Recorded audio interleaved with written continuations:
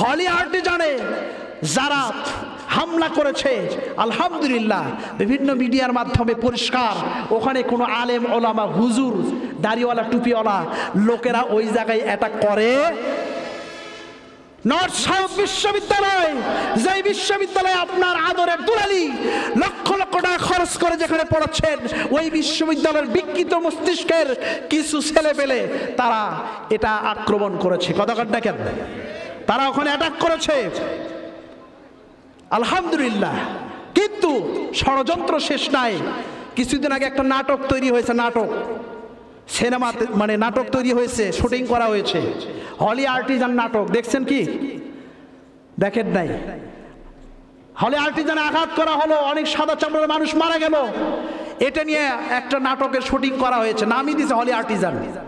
এই জন্য একটু ফেসবুকে এগুলো ঘাটা লাগে, পেপার পত্রিকা পড়তে হয়। আমি বলতে চাই যে নায়ক তার মুখে দাঁড়িয়ে আমি বলতে চাই, হলি আর্টিজানে যারা আঘাত করেছে তাদের কারো মুখে দাড়ি টুপি ছিল না। কথা বলেন না কেন?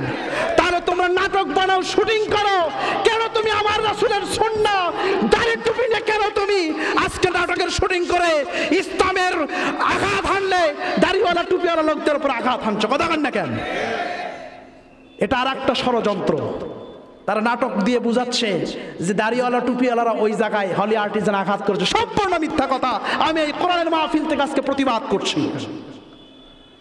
ইহুদিকে ধরে বসলো, ইমাম সাহেব অ্যাটাক করে নাই, আক্রমণ করে নাই, রাগ হয় ভিতরে, কিন্তু আল্লাহর কি মহিমা, ওহির দরজা বন্ধ, ইলহামের দরজা বন্ধ। ইলহামের দরজা বন্ধ নাকি? ইলহামের দরজা এখনো খোলা। মানুষের মনের ভিতরে আল্লাহ পাক উস্কে দিয়েছেন, দিতে পারেন কিনা কথা কর।